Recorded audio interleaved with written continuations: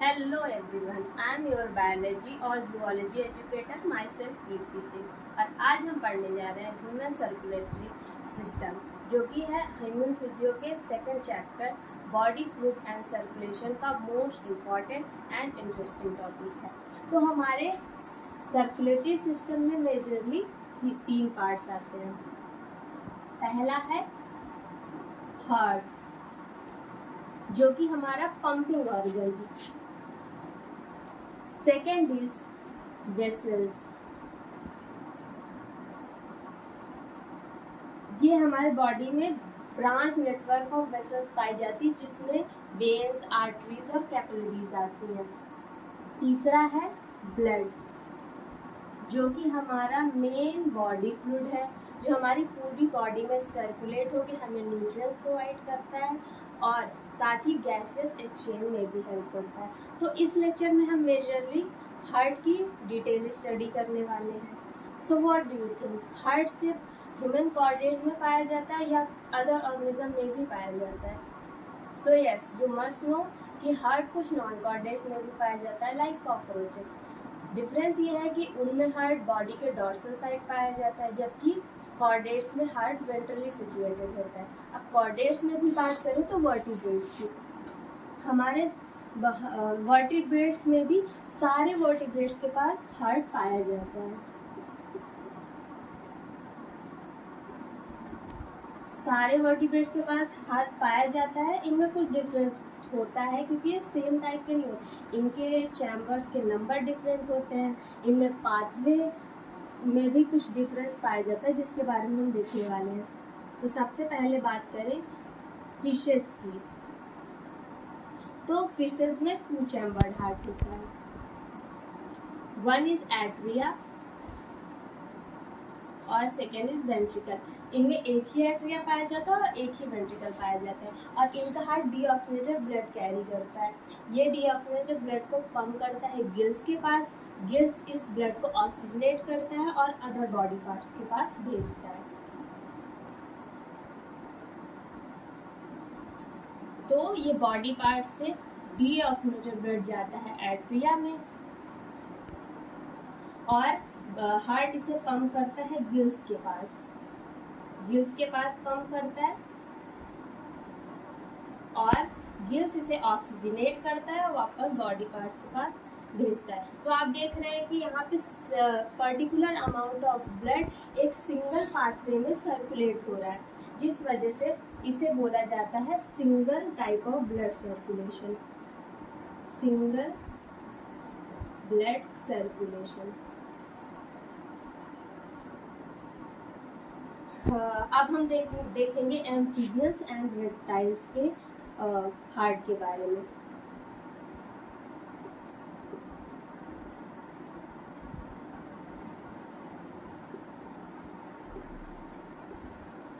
And reptiles,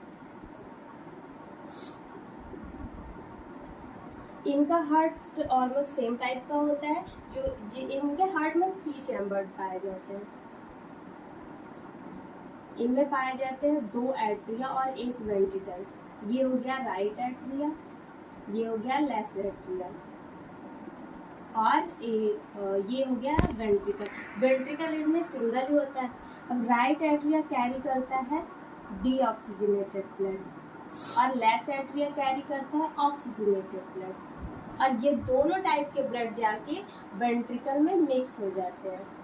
क्योंकि इनका heart दोनों टाइप के ब्लड कैरी कर रहा है, जिस वजह से इनमें पाया जाता है डबल सर्कुलेशन, क्योंकि दोनों टाइप के ब्लड इस हार्ट से पंप हो रहे हैं, लेकिन क्योंकि इसमें जाके दोनों टाइप के ब्लड जाके वेंट्रिकल में मिक्स हो जा रहे हैं, तो इसमें मिक्स टाइप का ब्लड पंप हो रहा है, जिसकी वजह से इसमें कंप्लीट डबल सर्कुलेशन नहीं हो रहा है। इनमें होता है इनकम्प्लीट टाइप का double circulation.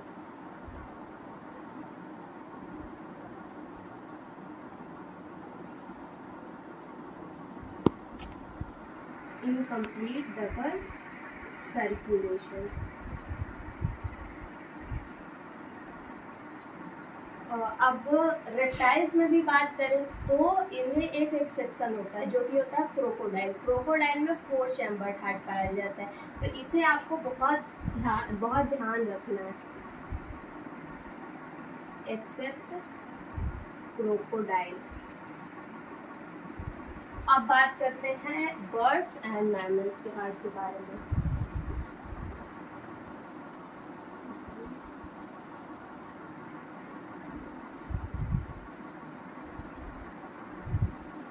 Birds and mammals में 4 चैम्बर्ड हार्ट पाया जाता है।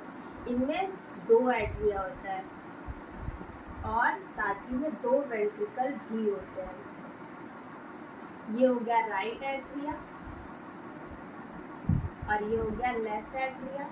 ये हो गया राइट वेंट्रिकल एंड ये लेफ्ट वेंट्रिकल। जैसा कि मैं एम्फीबियन और रेप्टाइल्स में भी देखा, इनका भी right atria deoxygenated blood carry करता है, left atria oxygenated blood carry करता है और राइट एट्रिया से ये ब्लड जाता है राइट वेंट्रिकल के पास, लेफ्ट एट्रिया से जाता है लेफ्ट वेंट्रिकल के पास। क्योंकि यहाँ पे ब्लड की मिक्सिंग नहीं हो रही है, यहाँ पे डीऑक्सीजनेटेड ब्लड एक अलग पाथवे से सर्कुलेट होगा और ऑक्सीजनेटेड ब्लड अलग पाथवे से सर्कुलेट हो रहा है। इस टाइप के ब्लड सर्कुलेशन को हम बोलेंगे कंप्लीट डबल सर्कुलेशन। तो इनमें पाया जाता है कंप्लीट डबल सर्कुलेशन।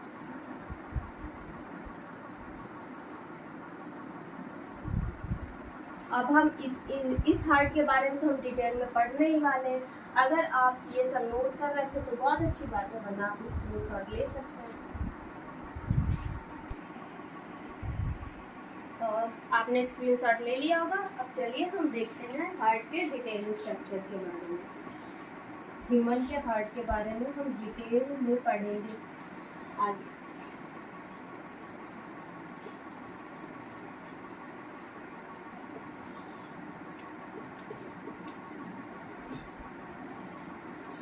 तो सबसे पहले हम हार्ट की लोकेशन देखेंगे कि हमारी बॉडी में कहाँ लोकेटेड होता है। तो हम इसकी लोकेशन की बात करें तो हमारी थोरैकिक कैविटी में प्रेजेंट होता है। एबव द डायाफ्राम, ये हमारा डायाफ्राम हो गया और ये हमारे दोनों लंग्स के बीच में सिचुएटेड होता है। ये हमारे होता है दोनों लंग्स और हमारा हार्ट यहाँ पे सिचुएटेड होता है लाइक। तो क्योंकि हमारा आपने बचपन से देखा होगा कि हमारा हार्ट बंद मोती के साइज का होता है। तो ये बंद मोती ऐसे होती है, ये बेस होता है जिसपे ऐसे रखा होता है और ये थोड़ा सा लेफ्ट साइड टिल्टेड होता है, जिसकी वजह से लंग में एक नॉच बन जाती है जिसे हम कहते हैं कार्डियक नॉच। कार्डियक नॉच, हाँ। तो ये थोड़ा सा लेफ्ट साइड टिल्टेड होता है। तो आपने इसकी लोकेशन देख ली, हमारी थोरैकिक कैविटी में लोकेटेड होता है और ये वेंट्रली होता है, बॉडी के वेंट्रल साइड होता है। अब हम इसके एक्सटर्नल स्ट्रक्चर की बात करें तो इसमें बाहर से ही पता चलता है कि हार्ट में 4 चैम्बर्स हैं। लाइक इसमें यहाँ पे रिजेस पाए जाते हैं, इसमें ऐसे रिजेस पाए जाते हैं, जिसकी वजह से हमें बाहर से ही देखने में पता चल रहा होता है कि इसमें 4 चैम्बर्स हैं। और हमारा जितने भी आपने पढ़ा होगा, हमारी बॉडी में जितने भी इम्पॉर्टेंट ऑर्गन हैं तो उन्हें प्रोटेक्टिव कवरिंग पाई जाती है। तो हार्ट तो मोस्ट इम्पॉर्टेंट ऑर्गन है, ये हमारी पूरी बॉडी को ब्लड सप्लाई कर रहा होता है, तो इसमें भी बाहर कवरिंग पाई जाती है जो कि इसे इसकी वॉल को डैमेज होने से बचाती है। तो इसमें एक इससे अटैच जो कवरिंग होती है ये एक इसकी इंटरनल लेयर है और इसमें बीच में एक स्पेस होता है जिसे हम पेरिकार्डियल स्पेस भी बोलते हैं। इसमें एक फ्लूइड भरा होता है जो कि फ्रिक्शन से प्रिवेंट करता है और इसकी एक्सटर्नल लेयर होती है, मतलब ये डबल लेयर्ड स्ट्रक्चर होता है। तो इंटरनल लेयर को बोलते हैं प्लूरा, एक्सटर्नल लेयर को बोलेंगे विसरल लेयर, और आउटर कवरिंग को बोलेंगे पेराइटल लेयर, और इसको कलेक्टिवली हम बोलते हैं पेरिकार्डियम, जिसकी प्रोटेक्टिव कवरिंग बनाती है। अब हम इसके लेयर की बात करें, अब अगर हम इसके वॉल को काट के देखें तो इसकी वॉल में भी 3 लेयर्स पाई जाती है। इनमें 3 लेयर्स होती है। पहली होती है जो सबसे अंदर लेयर पाई जाती है, उसे हम बोलते हैं इंडोकार्डियम। बीच की लेयर को बोलते हैं मायोकार्डियम।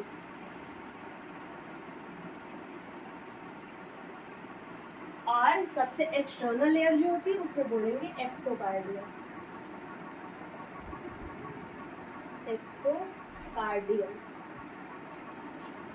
तो जैसे हम इसकी बाहर की लेयर हो गई, ये हो गई एक्टोकार्डियम, इसके अंदर होती है मायोकार्डियम और सबसे अंदर होती है एंडोकार्डियम।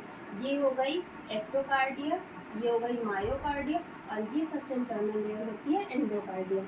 और इसकी वॉल काफ़ी मोटी होती है क्योंकि इसको पूरे बॉडी में ब्लड सप्लाई करना होता है। तो आप ये नोट डाउन कर लीजिए, फिर हम आगे देखते हैं। हमारा हार्ट, अब आपने नोट डाउन तो कर लिया होगा, हमारा हार्ट जो होती है मीजोडर्मली डेराइव होता है।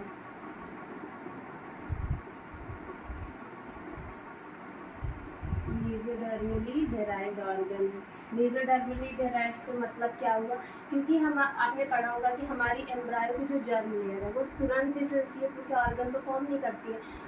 वो क्या करती है, पहले 3 पार्ट्स में डिवाइड होती है, एक्टोडर्म, मीजोडर्म एंड एंडोडर्म। तो हमारा जितना भी हार्ट है या हार्ट से रिलेटेड जितने भी सर्कुलेटरी सिस्टम का पार्ट है वो मोस्टली इसी लेयर से फॉर्म होता है। इस वजह से हम बोलेंगे ये मीजोडर्मली डेराइव्ड ऑर्गन है। अब हम हार्ट के आउटर कवरिंग और उसकी लोकेशन के बारे में हमने देख लिया। अब हम आगे देखने वाले हैं इसके इंटरनल स्ट्रक्चर के बारे में कि अंदर से दिखता कैसा है। उसके लिए हमें एक बहुत ही क्लियर स्ट्रक्चर बनाना होगा हार्ट का, बड़ा सा, जिससे हम अच्छे से लेबलिंग कर सकें उसकी। तो अब हम देखते हैं हार्ट का इंटरनल स्ट्रक्चर।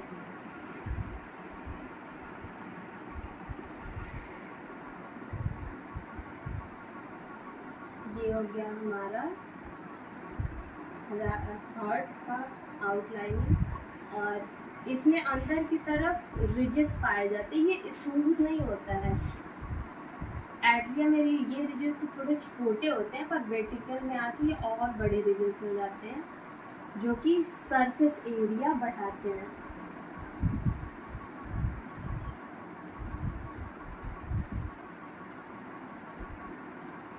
और इनको सेपरेट करने के लिए ये स्ट्रक्चर पाया जाता है।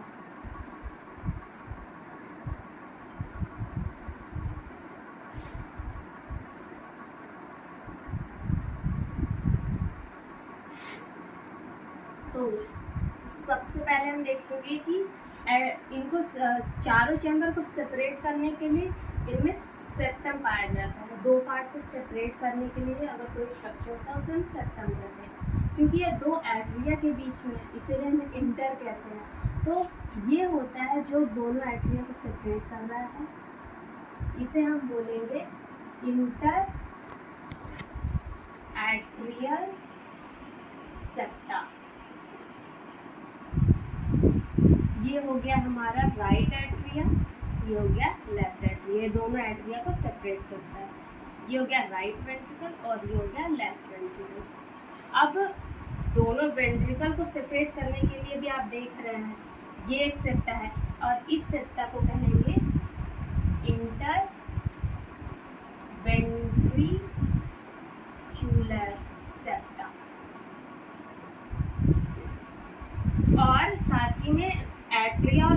वेंट्रिकल को भी सेपरेट करने के लिए यहाँ सेप्टम पाया जाता है।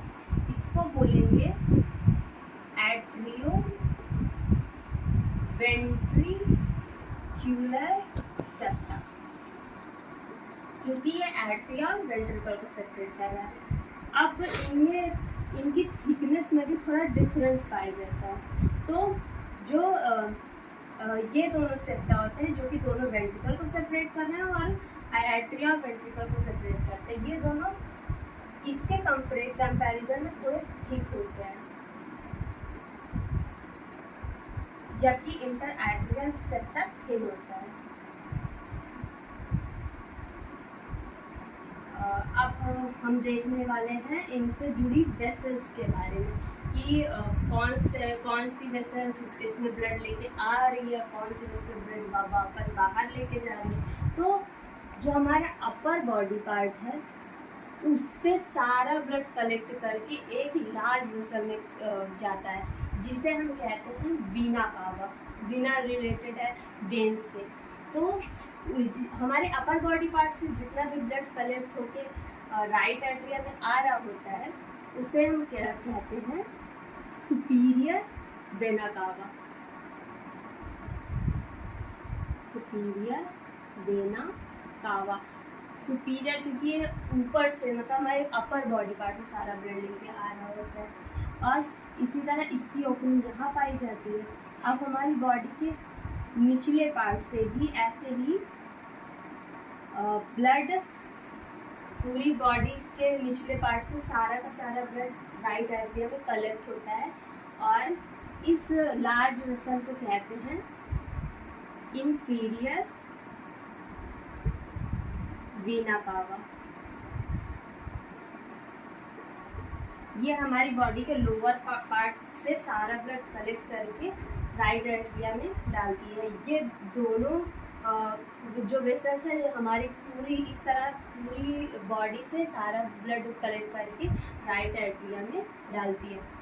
अब राइट एट्रिया से ये ब्लड जाता है राइट वेंट्रिकल के पास में। अब राइट वेंट्रिकल से ब्लड पंप होता है लंग्स के पास में, तो इसको ले जाने वाली एक लार्ज वेसल होती है जिसे हम कहते हैं पल्मोनरी आर्टरी। आर्टरी नाम सुन के आपको लग रहा होगा कि आर्टरी में तो हमेशा ऑक्सीजनेटेड ब्लड होता है, बट ये पल्मोनरी आर्टरी ऐसी आर्टरी है जिसमें डीऑक्सीजनेटेड ब्लड पाया जाता है। और कभी ये मत सोचिएगा कि आर्टरी में हमेशा ऑक्सीजनेटेड ब्लड होता है। आर्टरी हमेशा ब्लड हार्ट से बॉडी पार्ट्स की तरफ ले जाती है, मतलब हार्ट से हमेशा ब्लड को दूर लेके जाती है। तो ये हमारी होती है पल्मोनरी आर्टरी। Pulmonary artery. और इसी तरीके से फिर पल्मोनरी आर्टरी जाती है लंग्स के पास, हमारा ब्लड वहाँ जाके ऑक्सीजनेट होता है और वापस आके खुलता है यहाँ 4 ओपनिंग से। 4 ओपनिंग से थ्रू खुलता है।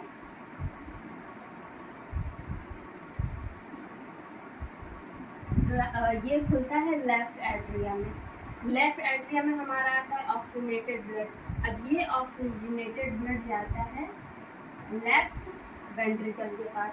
लेफ्ट वेंट्रिकल से भी एक लार्ज वेसल जो कि पूरी बॉडी को ब्लड सर्कुलेट करती है। ये ऑक्सीजनेटेड ब्लड जाता है पूरी बॉडी का। इसे मैं डॉट करके बना रही हूँ क्योंकि हार्ट के पीछे से निकलती है। ये हमारी होती है एओर्टा। इससे कुछ कैरोटिड आर्टरी भी बाहर जा रही होती है जो हमारी ब्रेन को और हमारे लेफ्ट हैंड में ब्लड को सर्कुलेट कर रही होती है। तो ये हो गई एओर्टा।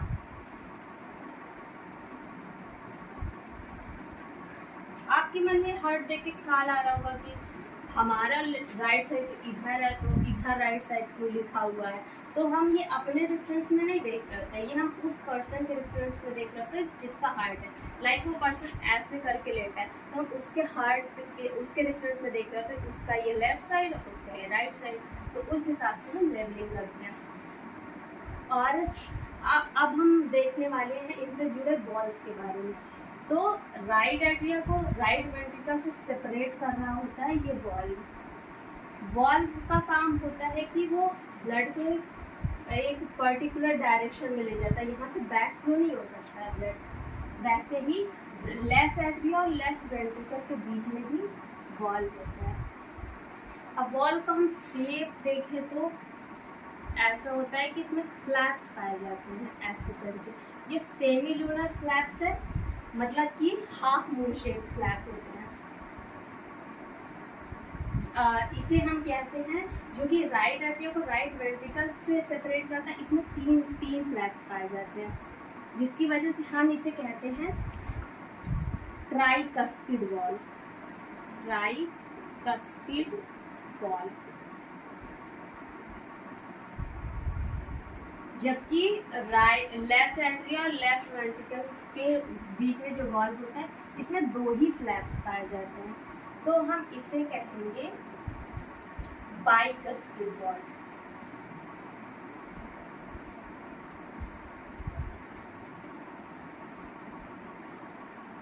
और इसे मिट्रल वॉल्व भी बोला जाता है। इसे मिट्रल वॉल्व भी बोलते हैं। साथ में एक और स्ट्रक्चर पाया जाता है हमारे वेंट्रिकल में। ये जो हार्ट मसल से अटैच होता है, सेकेंडली ये वॉल्व से भी अटैच होता है, और ये रस्सी की तरह, ये स्ट्रक्चर कोलेजन फाइबर के से बना होता है, जो कि रस्सी की तरह होता है, जो कि वॉल्व के फ्लैप्स को ऐसे पकड़ के रखता है, ताकि जब वेंट्रिकल कॉन्ट्रैक्ट करे तो ये वॉल्व अपर डायरेक्शन में ना खुल जाए, जिससे बैक फ्लो का खतरा रहता है। तो ये बैक फ्लो से बचाता है, क्योंकि वेंट्रिकल बहुत तेजी से कॉन्ट्रैक्ट करता है। इस वजह से वॉल्व के फ्लैप को पकड़ के रखता है, ताकि ये जो ब्लड है वो अपर साइड में चला जाए, और ये बाहर मतलब पल्मोनरी आर्टरी में इसका फ्लो जाए। तो यहाँ पल्मोनरी आर्टरी में भी वॉल्व्स पाए जाते हैं, ऐसे ही वॉल्व सेमीलुनर वॉल्व पाए जाते हैं। सेम एओर्टा में भी वॉल्व्स पाए जाते हैं। तो हमारी जितनी भी वेसल्स या आर्टरी है, उसमें ऐसे वॉल्व्स पाए जाते हैं, जिससे वजह से ब्लड एक पर्टिकुलर डायरेक्शन में फ्लो हो, उसका बैक फ्लो ना हो जाए। तो वॉल्व्स का यही काम होता है। तो इन स्ट्रक्चर को हम कहते क्या है? इन्हें कहा जाता है कॉर्डी टेंडनी। कॉर्डी टेंडनी।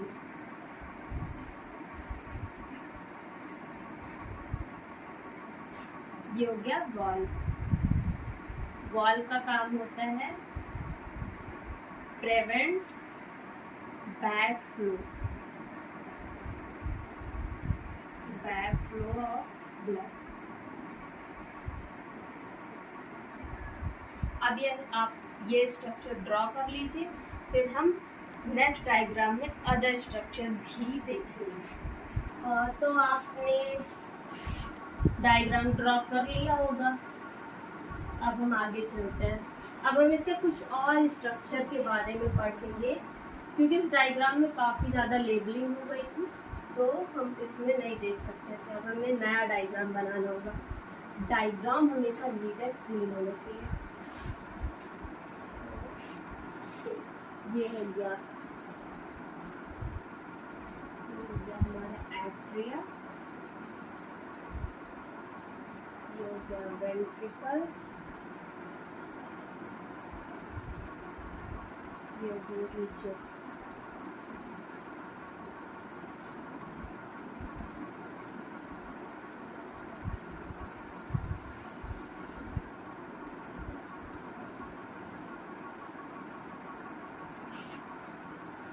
तो ये हो गया राइट एट्रिया, ये हो गया लेफ्ट एट्रिया, ये हो गया राइट वेंट्रिकल, ये हो गया लेफ्ट वेंट्रिकल। अब आपने देखा होगा कि हमारा हार्ट कैसा होता है? मायोजेनिक होता है।